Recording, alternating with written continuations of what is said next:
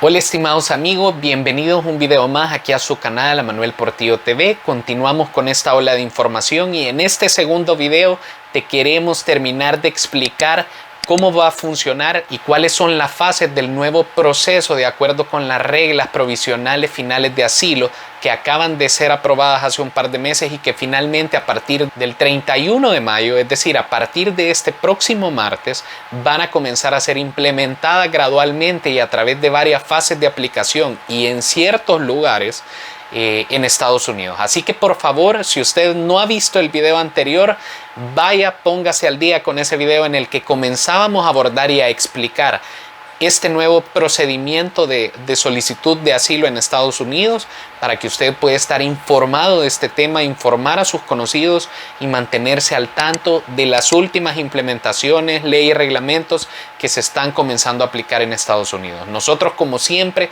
tratamos de traerle la información de la manera más sencilla y clara para que no nos metamos en temas muy engorrosos y técnicos, pero sí que le quede claro a toda nuestra audiencia qué cambios hay en estos procedimientos. Así que en esta segunda parte de ese video te queremos continuar explicando el tema, cuáles son las fases del proceso, abordar un poco más en qué consiste el procedimiento de deportación simplificado y la entrevista de miedo creíble. Así que quédese con nosotros. Si no se ha suscrito a Manuel Portillo TV, por favor, denos su apoyo suscribiéndose al canal, dándole a ese botón rojo en la parte inferior del video, activando la campanita de notificaciones y compartiendo este video y este canal con todos sus conocidos para que cada día seamos más. Así que sin más, continuamos con esta ola de información y vamos con la intro.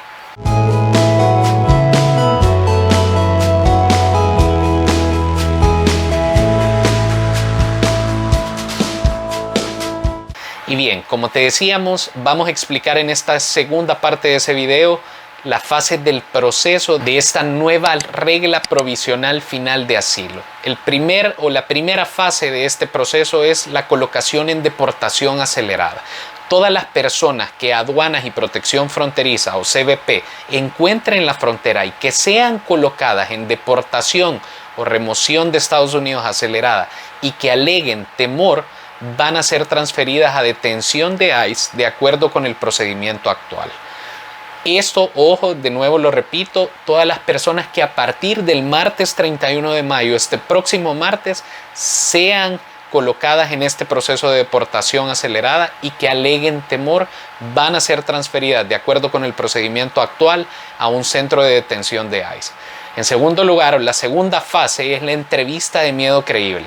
Las personas van a recibir su entrevista de miedo creíble mientras estén detenidas de acuerdo con el procedimiento actual. El DHS y el DOJ están trabajando para brindarles a las personas la oportunidad de acceder a los proveedores del programa de atención o de orientación legal antes de su entrevista de temor creíble. Si la entrevista de miedo creíble da como resultado una determinación negativa, la persona puede solicitar una revisión de la decisión por parte del juez de inmigración de conformidad con el procedimiento actual. El USCIS también puede reconsiderar a su discreción una determinación negativa de temor creíble con la que ya estuvo de acuerdo un juez de inmigración si la solicitud se presenta dentro de los 7 días posteriores a la aprobación del juez o antes de la remoción, lo que ocurra primero. La siguiente fase es la remisión o referencia para una entrevista de méritos de asilo o AMI. Durante la implementación por etapas, las personas que son colocadas en deportación acelerada y que reciben una determinación positiva de temor creíble y a quienes ICE determina caso por caso que es apropiado liberar, pueden ser remitidos a USCIS para una AMI no adversaria. La persona debe de indicar su intención de residir en una de las 6 ciudades destino donde se llevan a cabo las AMI durante la implementación por etapas: Boston, Los Ángeles, Miami, Nueva York, Newark o San Francisco. Se notificará a las personas que se las colocará en el proceso de AMI cuando se les notifique su determinación positiva de temor creíble. El registro de la determinación positiva de temor creíble va a constituir la solicitud de asilo y la fecha de notificación de la determinación positiva de temor creíble se convertirá en la fecha de presentación de la solicitud de asilo. el AMI se llevará a cabo no antes de los 21 días ni después de los 45 días de la determinación positiva de temor creíble. Después de explicarte estas tres fases, que creo que son las tres grandes etapas que este nuevo proceso de asilo va a constituir, te queremos comentar otros detalles de esta nueva regla. Las personas que sean liberadas de la detención durante este periodo de tiempo van a ser colocadas en alternativas a la detención o ATD, según sea necesario para garantizar el cumplimiento de sus obligaciones de presentación de informes, entrevistas y audiencias. Las personas van a tener hasta 7 días si se presenta en persona o hasta 10 días si se presenta por correo antes de la AMI para enmendar o corregir el registro resultante de la entrevista de miedo creíble y presentar evidencia adicional. Si una persona no se presenta en la AMI, se tomarán las medidas de cumplimiento correspondientes.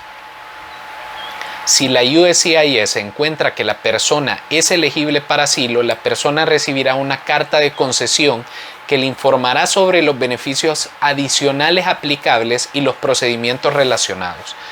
¿Cuáles son los procedimientos de deportación simplificados? Si la USCIS no otorga asilo, la agencia remitirá el caso a la Corte de Inmigración EOIR para un procedimiento de deportación simplificado en virtud de la sección 240 de la Ley de Inmigración y Nacionalidad INA.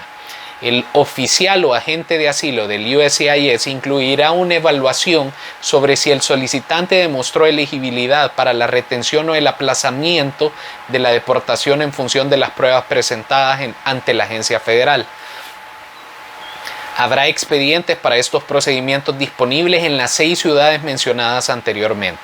Durante estos procedimientos, el juez de inmigración revisará la solicitud de asilo del no ciudadano y la evidencia del respaldo y determinará si debe otorgar el asilo. En los casos en que USCIS no otorgue asilo, el oficial de asilo incluirá en la decisión una determinación de si el solicitante principal demostró elegibilidad para la retención o el aplazamiento de la deportación basándose únicamente en la evidencia presentada ante el USCIS.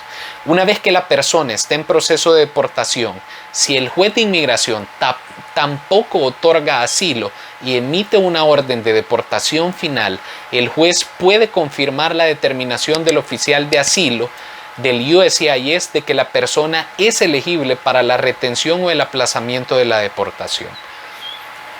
Si el oficial de asilo no encontró a la persona elegible para la retención o aplazamiento de la deportación, el juez va a revisar más a fondo esos reclamos y hará una evaluación independiente si el solicitante es elegible. Si el juez concluye que la persona no es elegible para el alivio o la protección, emitirá una orden de expulsión y la persona será deportada de Estados Unidos de manera expedita. Y finalmente, el último punto que queríamos abordar en esta seguidilla de 2 videos sobre este tema de la nueva regla provisional final de asilo es la entrevista de miedo creíble. Esta es la pieza clave de todo proceso de asilo en Estados Unidos antes y después del 31 de mayo de 2022. La entrevista de miedo creíble se hace en base al miedo o temor que tiene una persona de regresar a su país de origen porque es perseguida o porque tiene miedo o temor de persecución o tortura, según explicó Rebeca Sánchez Roig, una abogada de inmigración que durante más de 15 años fungió como fiscal de inmigración en el Departamento de Justicia. Previo a la entrevista de miedo creíble en la frontera, se lleva a cabo una entrevista preliminar con un agente de la patrulla fronteriza, quien, al establecer que existen razones o indicios de miedo creíble, determina que el inmigrante puede pasar al siguiente nivel, según explicó Ezequiel Hernández, un abogado de inmigración que ejerce en Phoenix, Arizona. El paso siguiente es la entrevista de miedo creíble que la realiza un agente de asilo del USCIS, según explicó Sánchez Roig. Consiste en una especie de interrogatorio de lo que le ha sucedido a la persona en su país y si ha sido perseguido y torturado. Si el agente de asilo determina que la persona tiene miedo creíble, entonces está facultado para otorgar el beneficio. Si lo niega, remitirá el caso para que sea visto y resuelto por un juez de inmigración, donde podrá solicitar nuevamente asilo en Estados Unidos. La entrevista de miedo creíble con el agente de la USCIS es la clave y quizás el momento determinante sobre su futuro inmediato. En la entrevista de Miedo Creíble, la persona tendrá la oportunidad de explicar las razones por las cuales huye de su país y por qué teme regresar a su país. Las preguntas se van a enfocar en el temor de la persona. Y según dice Sánchez-Roig, frecuentemente se encuentran con individuos que piensan que debido a que se trata de buenas personas o vinieron solo a trabajar y a ayudar a su familia, que esto cuenta para que Estados Unidos les otorgue asilo.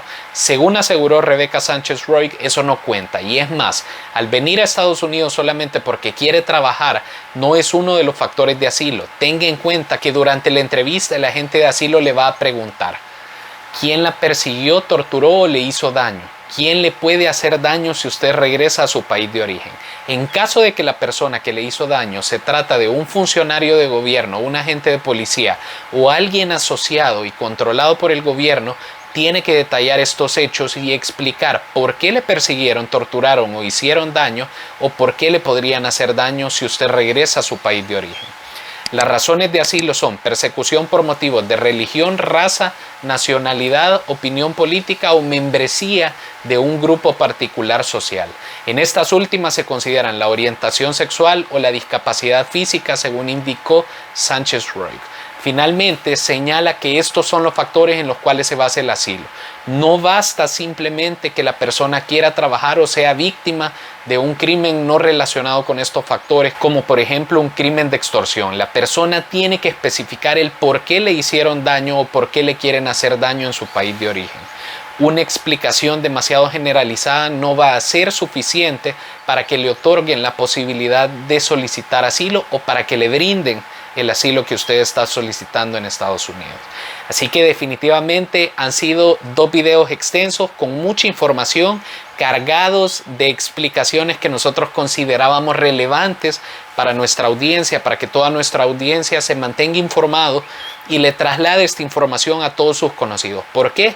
Porque es información que puede ser útil si usted es una persona que recién llega o tiene un conocido que recién llega a Estados Unidos y que ha sido detenido o está en medio de este proceso de solicitud de asilo para quedarse en Estados Unidos. Así que definitivamente les agradecemos su apoyo, les agradecemos el que estén viendo estos videos, les agradecemos el apoyo que nos dan, y a todos los que aún no se suscriben a nuestro canal les hacemos un recordatorio e invitación a que le den a ese botón rojo de suscribir en la parte inferior del video, que activen la campanita de notificaciones, que compartan este video y este canal con todos sus conocidos, y por supuesto a que nos sigan sintonizando en futuros videos, porque son ustedes la razón de ser de este proyecto llamado Manuel Portillo TV. Así que gracias por habernos sintonizado, que pase un feliz fin de semana, que descanse y primero Dios nos vemos en el próximo video.